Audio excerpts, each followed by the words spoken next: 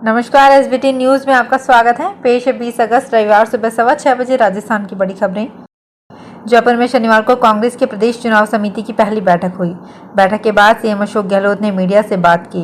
विधानसभा चुनाव में युवाओं को अहमियत दिए जाने और बुजुर्गों को टिकट नहीं दिए जाने के सवाल पर उन्होंने कहा, टिकट वितरण में केवल जिताऊ को ही देखा जाएगा, यही सबसे बड़ा क्राइटेरिया होगा।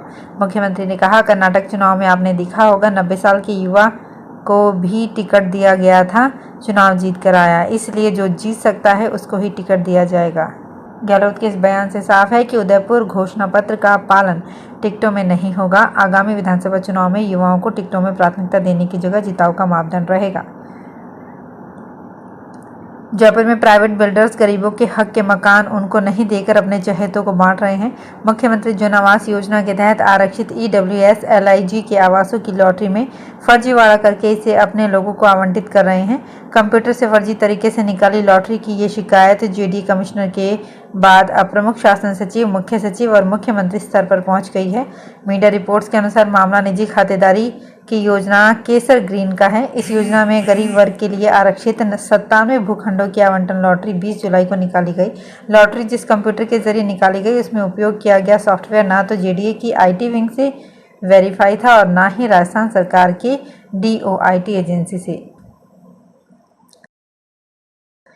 राजस्थान सरकार ने विमुक्त घुमंतु एवं अर्ध घुमंतु वर्ग की छात्राओं को स्कूटी प्राप्त करने के लिए पात्रता में राहत दी है और अब वे उच्च माध्यमिक या समकक्ष परीक्षा में 50% अंक प्राप्त करने पर ही कालीबाई भील मेधावी छात्रा स्कूटी योजना के लिए पात्र होंगी। मुख्यमंत्री अशोक गहलोत ने योजना के तहत ऐसी छात्राओं को प्राप्तांक सीमा में शिथिलता प्रदान कर प्राप्तांक में संशोधन के प्रस्ताव को मंजूरी दी है। अभी तक इन वर्गों की छात्राओं के लिए राजस्थान माध्यमिक शिक्षा बोर्ड की उच्च माध्यमिक अथवा समकक्ष परीक्षा में 60% एवं केंद्रीय माध्यमिक शिक्षा बोर्ड की उच्च माध्यमिक अथवा समकक्ष परीक्षा में 70% अंक प्राप्त करने की अनिवार्यता थी। राजस्थान के मुख्यमंत्री अशोक गहलोत ने कहा है कि मैंने घोषणाओं में कमी नहीं रखी और अब चुनाव आने वाले हैं तो सोच रहा हूं कि घोषणाएं करने की जगह आगे के लिए गारंटी देना शुरू कर दूं। सरकार बनते ही बजट में शानदार योजनाएं लाकर गारंटी को पूरा करूंगा। गहलोत ने महिलाओं के आर्थिक सशक्तिकरण को लेकर कहा, पहले महिलाओं के सरपंच बनने का सारा काम पति संभालते थे, लेकिन अब महिलाएं मीटिंग में आती हैं तो घूंघट ऊपर हो जाता है और सरपंच, प्रधान, प्रमुख बनी महिलाओं ने पति से कहना शुरू कर दिया है कि आप घर जाकर बैठिए, हम काम संभाल लेंगी। जोधपुर में ऊर्जा राज्य मंत्री भंवर सिंह भाटी ने कहा कि राजस्थान ही नहीं पूरे देश में इस समय बिजली की किल्लत चल रही है। राजस्थान को 12 रुपये प्रति यूनिट खर्च करने के बावजूद भी जितनी जरूरत है उतनी बिजली नहीं मिल पा रही है। ये बात उन्होंने जोधपुर के रेलवे सामुदायिक केंद्र में जोधपुर डिस्कॉम बिजली कर्मचारी संघ इंटक की ओर से मोहन सिंह भाटी की स्मृति में 7वें संभागीय अधिवेशन में कही। उन्होंने कहा, जयपुर और अजमेर डिस्कॉम की तुलना में जोधपुर डिस्कॉम में डिमांड और भार ज्यादा है। इसका कारण है कि जोधपुर डिस्कॉम के अधिकांश रेगिस्तान का एरिया आता है। भारतीय जनता पार्टी के अध्यक्ष जगत प्रकाश नड्डा हिमाचल प्रदेश में भारी बारिश, बाढ़ एवं भूस्खलन के कारण हुए भारी नुकसान का जायजा लेने के लिए रविवार को राज्य के प्रवास पर रहेंगे।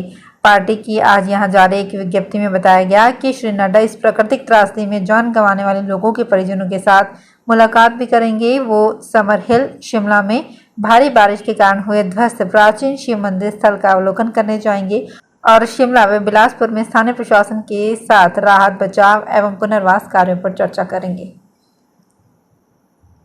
राजस्थान में मुख्यमंत्री अशोक गहलोत ने जोधपुर जिले में सुचारू पेयजल आपूर्ति के लिए पानी की पुरानी पाइपलाइंस को बदलने सहित विभिन्न कार्यों के लिए 62 करोड़ 28 लाख रुपए की वित्तीय मंजूरी दी है।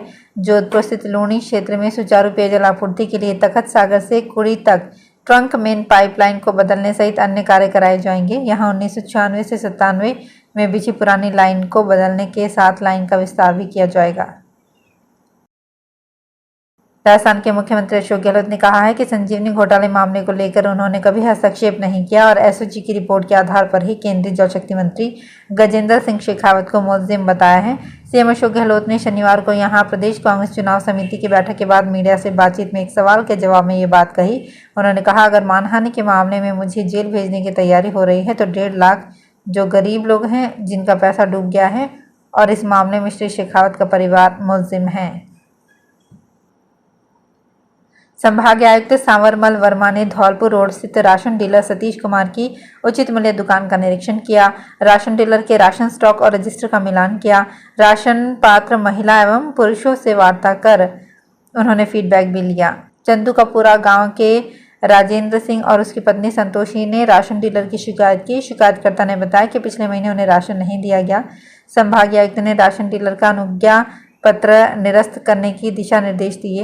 इस दौरान उन्होंने राशन ले रहे पात्र अभ्यर्थियों से वार्ता कर राज्य सरकार की योजनाओं का फीडबैक भी लिया।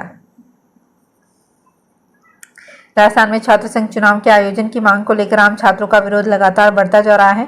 शनिवार को यूनिवर्सिटी के छात्र नेताओं ने राजस्थान जयपुर यूनिवर्सिटी के पूर्व अध्यक्ष रहे सरकार के मंत्री और विधायकों से मुलाकात कर छात्र संघ चुनाव कराने की अपील की। इस पर मंत्री और विधायकों ने भी छात्रों की मांग का समर्थन कर मुख्यमंत्री से इस मुद्दे पर पुनर्विचार की मांग की। छात्र नेताओं से मुलाकात के बाद पूर्व मंत्री और विधायक हरीश चौधरी ने छात्र संघ चुनाव कराने की मांग की। झालावाड़ के गवर्नमेंट पीजी कॉलेज में सीखो कमाओ योजना के तहत ऑनलाइन रजिस्ट्रेशन शुरू हो गए हैं। योजना के तहत कॉलेज स्टूडेंट को पढ़ाई के साथ साथ रोजगार का प्रशिक्षण मिलने से आर्थिक राहत मिलेगी। योजना के तहत कोई भी स्टूडेंट ऑनलाइन आवेदन कर सकते हैं। प्रशिक्षण के दौरान प्रत्येक प्रशिक्षु को केंद्र सरकार की ओर से 7,000 रुपये निर्धारित स्कॉलरशिप दी जाएगी। कॉलेज के नवाचार एवं कौशल विकास प्रकोष्ठ प्रभारी डॉक्टर राजकुमार गुप्ता ने बताया कि कौशल नियोजन एवं उद्यमिता विभाग की ओर से योजना में उद्योगों के माध्यम से विभिन्न प्रकार के कौशल प्रशिक्षण दिए जाते हैं। धौलपुर पुलिस के महिला शक्ति दल द्वारा बालिकाओं को आत्मनिर्भर और अपनी रक्षा में दक्ष बनाने के लिए प्रशिक्षण शिविर लगाए जा रहे हैं। महिला शक्ति दल की टीम स्कूलों में आकर कक्षा 6 से 12वीं तक में पढ़ने वाली बालिकाओं को अपनी रक्षा में दक्ष बनाने के अभियान में जुटी हुई है। टीम ने शनिवार को जिले की 2 स्कूलों में करीब 550 छात्राओं को प्रशिक्षण दिया।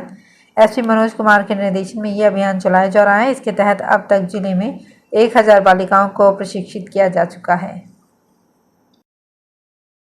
सीकर भाजपा कार्यालय में विजय बूथ संकल्प की बैठक शनिवार को हुई। बैठक में पूर्व कृषि मंत्री व भाजपा नेता प्रभुलाल सैनी कांग्रेस ने कहा कि प्रदेश 3,03,000 करोड़ रुपए के कर्ज में डूबा है। इससे राजस्थान कर्ज के मामले में हिंदुस्तान में दूसरे नंबर पर आ गया है। आगामी चुनाव में जनता कांग्रेस को हराकर जवाब देगी।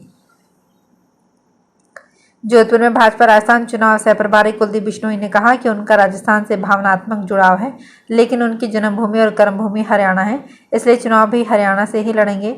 चुनाव सह प्रभारी की जिम्मेदारी मिलने के बाद पहली बार जोधपुर आए बिश्नोई ने कहा कि अभी टिकट वितरण से पहले फीडबैक का दौर चल रहा है। जोधपुर सर्किट हाउस में पत्रकारों से बातचीत में उन्होंने कहा, कांग्रेस सरकार ने 4.5 साल में सिवाय घोटाले के कुछ नहीं किया। अब चुनाव सर पर है तो राजस्थान की जनता को प्रलोभन दे रहे हैं, लेकिन राजस्थान की जनता स्वाभिमानी है और बिकने वाली नहीं है। जयपुर नगर निगम हेरिटेज में विवाद दिनों दिन बढ़ते जा रहे हैं। मेयर मुनेश गुर्जर पर हुई निलंबन की कार्यवाही के बाद अब स्वायत्त शासन विभाग ने उप महापौर समेत 10 पार्षदों को नोटिस जारी किया है। इसका जवाब देकर पार्षदों ने अपनी ही सरकार की कार्यशैली पर सवाल खड़े किए हैं। पार्षदों का आरोप है कि उनको बैक डेट में नोटिस जारी हुए हैं, क्योंकि उनको नोटिस 15 अगस्त और 16 अगस्त के दिन पहुंचे हैं। इन पार्षदों ने संगठन से जुड़े आला नेताओं से इसकी शिकायत भी की है। तो फिलहाल इस बुलेटिन में इतना ही। फिर हाजिर होंगे कुछ और बड़ी खबरों के साथ।